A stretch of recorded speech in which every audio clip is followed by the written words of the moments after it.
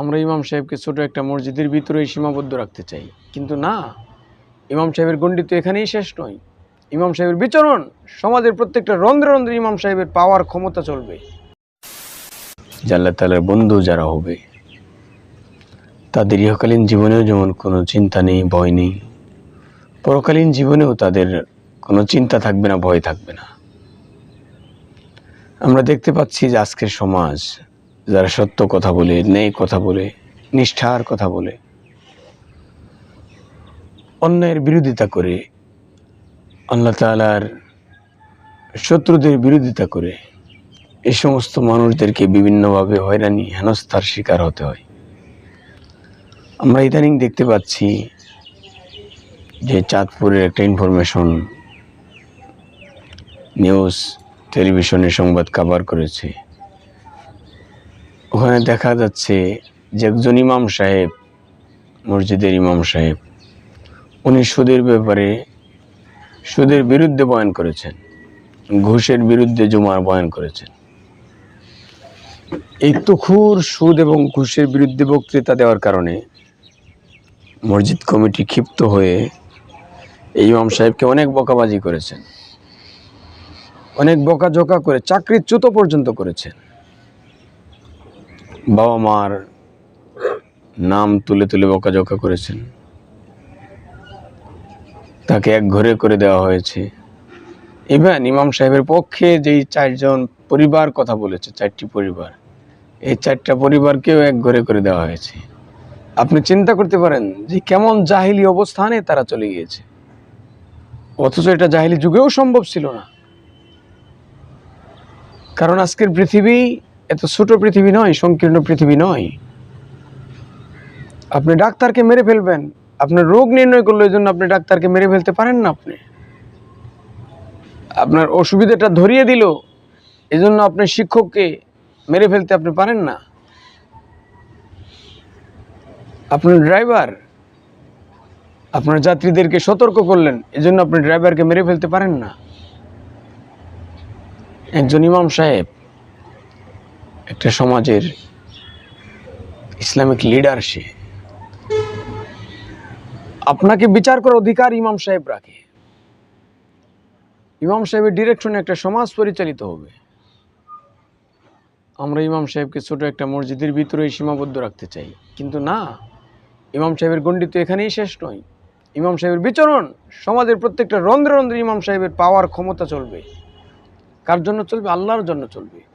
আল্লাহর আইন বিধান প্রতিষ্ঠানের জন্য ইমাম সাহেব শাসনের জন্য বেত্রাঘাত বেদ পর্যন্ত হাতে নিতে পারবেন।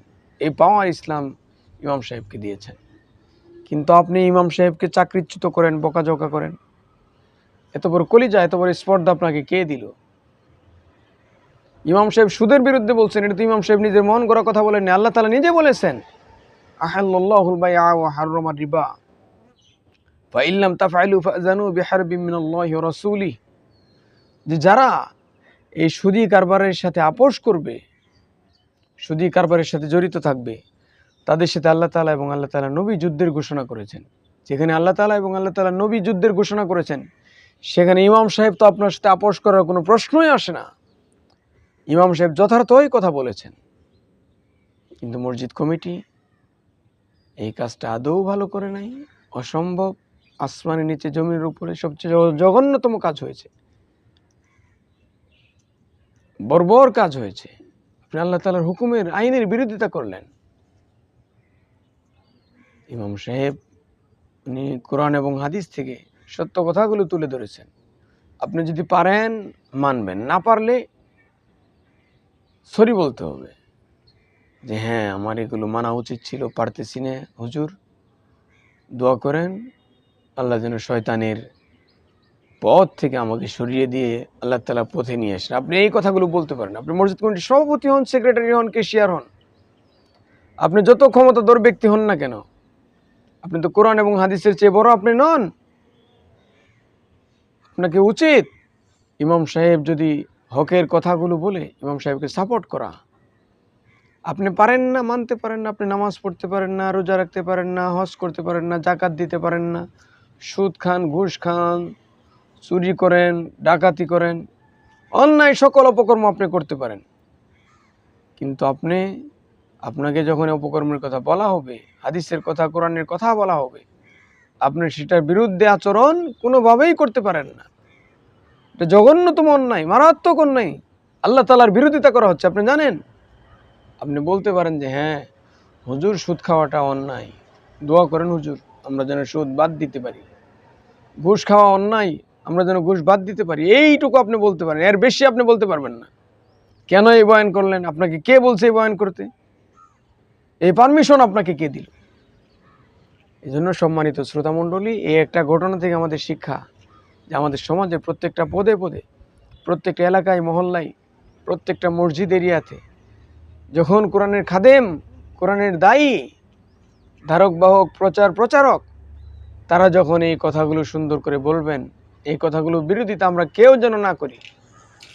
আর চাঁদপুরে যেই মসজিদের সভাপতি, সেক্রেটারি, কেশিয়ার, যারা এই জঘন্যতম ন্যাক্কারজনক কাজটা করেছে, তাদেরকে আমরা বলবো অনতি বিলম্বে ইমাম সাহেবের কাছে সরি বলে ক্ষমা চেয়ে নিয়ে আল্লাহ তাআলার কাছে তওবা করে মাপ চান, নতুবা আপনার পরকাল নষ্ট হয়ে যাবে। আপনি আল্লাহ তাআলার কোরআনের আইনের বিরোধিতা করলেন, কোরআনের আয়াতকে অস্বীকার করলেন আপনি। এজন্য আপনি মুসলমান ভাই, আপনাদের প্রতি আমার বিনয়ের সহিত আকুল আবেদন আলেম সমাজের পক্ষ থেকে, আপনারা সেই ইমাম সাহেবের সাথে, নবীজির, সকল নবীদের ওয়ারিস হিসেবে আল্লাহ তাআলার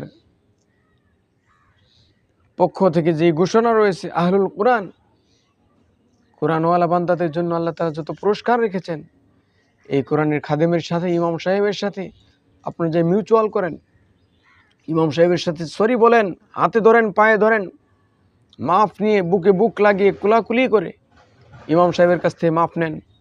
ইমাম সাহেবকে বলেন যে আপনি আমাদের নিয়ে আল্লাহ তাআলার কাছে আমরা সকলে মিলে তওবা করি যে আল্লাহ যা করেছি তোমার হুকুমের বিরোধিতা করে, আল্লাহ তুমি মাফ করে দাও আর আমাদেরকে দিনের সহি বুঝদান করো। এভাবে আপনাদেরকে আল্লাহ তাআলার কাছে মাফ চেতে হবে।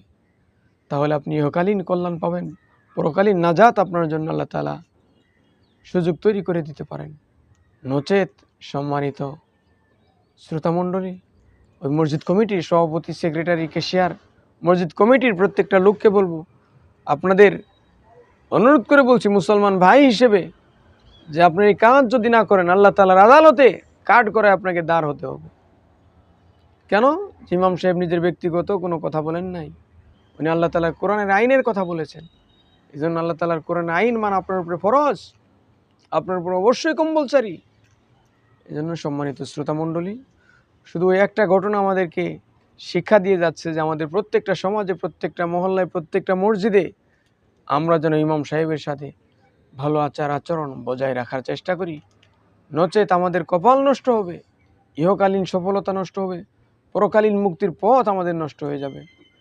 এই জন্য সম্মানিত শ্রোতামণ্ডলী, সকলকে অনুরোধ, আমরা আল্লাহ তাআলার কোরআনে কারিমের বিধানগুলোর কোনোভাবেই বিরুদ্ধাচরণ করব না।